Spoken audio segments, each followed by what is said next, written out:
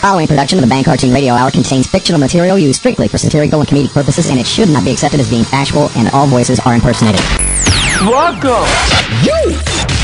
Bang Cartoon Radio. It's huge when it comes to learning a new guy's rear end. Oh, plus, stop it! I know the National Football League. What, please?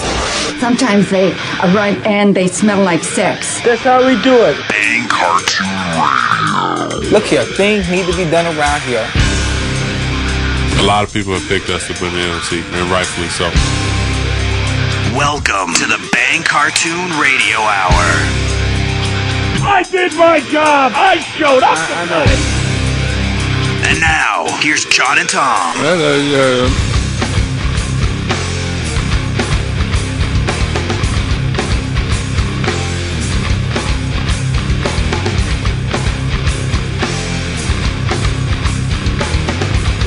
Eli throws, and it's intercepted! And there's Eric Wright with Manning looking at him. Wright sprinting past him, inbounds, and gone! Cleveland touchdown! So the Cleveland Browns hand the New York Giants their first road loss in more than a year, and the Browns win their second straight. We're just going to try to win a game. That's all we're going to do. And if we win a game, then everybody's happy. When we lose, everybody's sad. And everybody's happy, John. Everybody's happy in Cleveland. Man, it's the only thing that made an NFC East weekend worthwhile. I'm telling you, man. And you know, it's funny because you have to understand, everybody, when we were going to start this show, we had decided after Saturday night we were going to open with the final call from the Michigan-Toledo game. Right. And we will get to that. I promise you, Michigan fans, you don't have to worry. We'll get to that. And then after...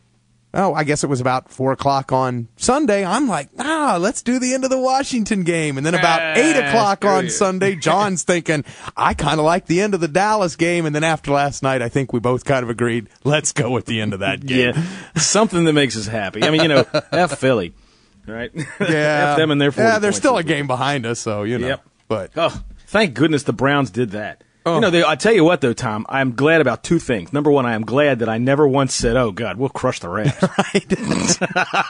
I said on this show, these are all trap games, and now Cleveland, we got them this week. They're believing in themselves now. But people have been asking me all damned week, "How do you lose to the Rams? How do you lose to the Rams?" Oh, we'll show you next week.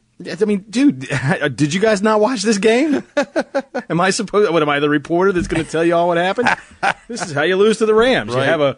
You have a guard that thinks he's Jerry Rice. He's going to catch the pass and run down the field with it. You snap the ball past the quarterback's foot. That's how you lose to teams like that. You screw up and they take advantage of it. That's right. Credit to the Rams. And we're going to talk more about the Redskins coming up. Yeah, but must we? Yes, we must. Well, not so much that game, but something else I want to talk to you about. Okay. Because it's historic and it's legitimate and it's real, but we'll get to that. But first, I want to talk about the Giants and the Browns. Oh, right. Yeah, I was loving that game. It was awesome. It was awesome. Eli's back. Eli Manning has returned. Thank you for coming back, Eli. You know what? There was one point, I think it was in the third quarter, where like 7 Browns sacked him. Remember that play? They just dogpiled his ass. They gangbugged him. Yeah, I do remember it. And he was trying to run around inside that little... Oh, man, the look on his face when they super slow-moed that thing. That was so funny. Tom Dooley was back last night. Oh, God, he looked like Jeff Garcia in prison. Stop. Ow. Oh, stop it. No, not the. Oh, careful. Tom Coughlin, he just hates Monday Night Football. Dude, he has great loser face, doesn't he? Because his eyes, if you look at his eyes, they're so tiny and they're so close together. He looks like a little ferret, all right? And when he starts to lose, he gets this confused look on his face like, how the hell did that happen? What the hell's going on out there? Obviously, I don't think anybody likes to sit around and wait around all day to play. Right. I don't like sitting around. We prefer to blitzkrieg. We prefer to strike fast. You guys, by the way, are a 7-point favorite over Cleveland. I don't want to hear it. Even though they blew them out. I don't want to hear it. I know. But let's get to this because this was great. I flip on First Take on ESPN2 today, and sitting across from Skip Bayless, John, is O.C. Umenyiora. OopiYoopadoopa. OopiYoopadoopa. OopiYoopadoopa on the First Take with the Skip Bayless, yo. and he's going to go at it with Skip. That should be cool. I mean, I'd like to see OopiYoopadoopa get up and clothesline. I thought he was going to at one point. Oh, dude, you know what? All the Cowboys crap that went on today, Skip Bayless has a hard on. Oh, tomorrow should be very interesting with Skip Bayless. We will get into that kind of crap next week. We'll talk a little bit about it. But Skip said Thursday or Friday, he said that Pac-Man needs to be suspended for the rest of the season. He wasn't alone in that. He didn't even know the details of what happened. He just wanted Pac-Man suspended for the rest of the season, so something bad happened to Dallas. Well, he wasn't alone in that. Almost everybody on all of the pre-games that I was watching said the same thing. I know. Because they say, when the commission says you got no more wiggle room and strikes left. Okay, let me tell you about that real quick. This had nothing to do with the fight in the bathroom. The point was he admitted that he was drinking alcohol, and I had no idea about this, but that was part of the condition, is he is not allowed to drink alcohol. Yep. And that's what got him.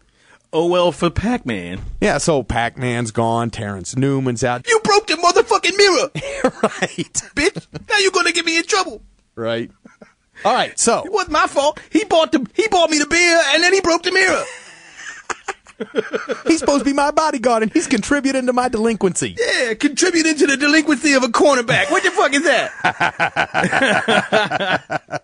All right, listen. Skip Bayless and OC now are going to talk about Eli and his performance in that game. Here it is. I don't think your Giants have seen the last of the shaky Eli you had to live with for almost the entire season last year.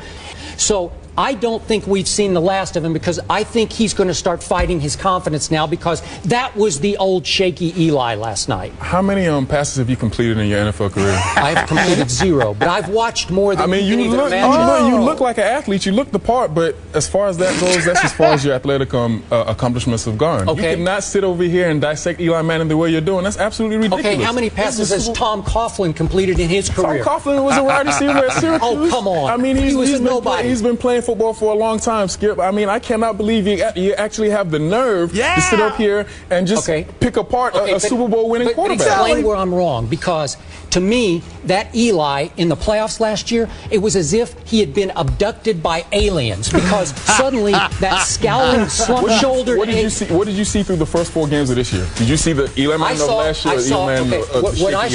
What I saw was a quarterback who was playing behind the best protection in the National Football League. Wait a second. Look, even OC disagrees with him. Now it's the best protection in the league.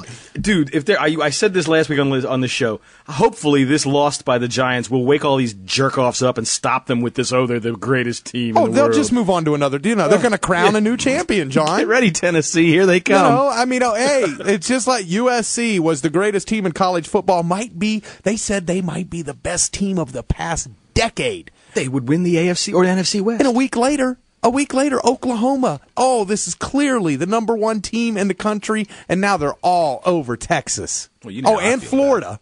You know how I feel about it. I know.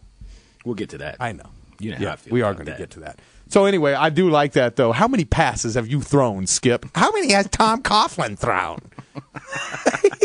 I don't throw passes. I invade neighboring countries. The guy played college football, even if it wasn't at quarterback. I think he has a clue about it compared to a guy who's never played a down in his life. Skip Bayless played college football? No, Coughlin did. Oh, I was going to say. No. I was the punter. I love that. How can you have the nerve, Skip? I'm so glad somebody finally said it to him. At the same time, my feeling towards these athletes that are jumping him, I mean, granted, he deserves to be jumped. He's a jerk. But these guys that get so pissy about the media, dude, guess who makes it possible for you to make $40 million in a year? TV, the media, talking about you, bringing you up, putting you in front of everybody's face all the time. That's why you make this money. Okay. With the best running game in the National Football League. Oh, they got the best offensive line, the best running game. And the best receiving core. The best receiving core. The Giants. Oh, he's Cinereese Moss, dude. He's rolling. National Football League. And as I told you, Dana, last week, it was so far that he hadn't wrecked the Ferrari. Last night, he wrecked the Ferrari. This is one football game. Okay, but I'm just saying. A hungry Cleveland Browns team. Okay, were you shocked by his turnaround starting in that final regular season game last week? Was I shocked? No. No. What did I'm going to look at you with a straight face and I'm going to tell you, no, I was not shocked by his turnaround. What did you see?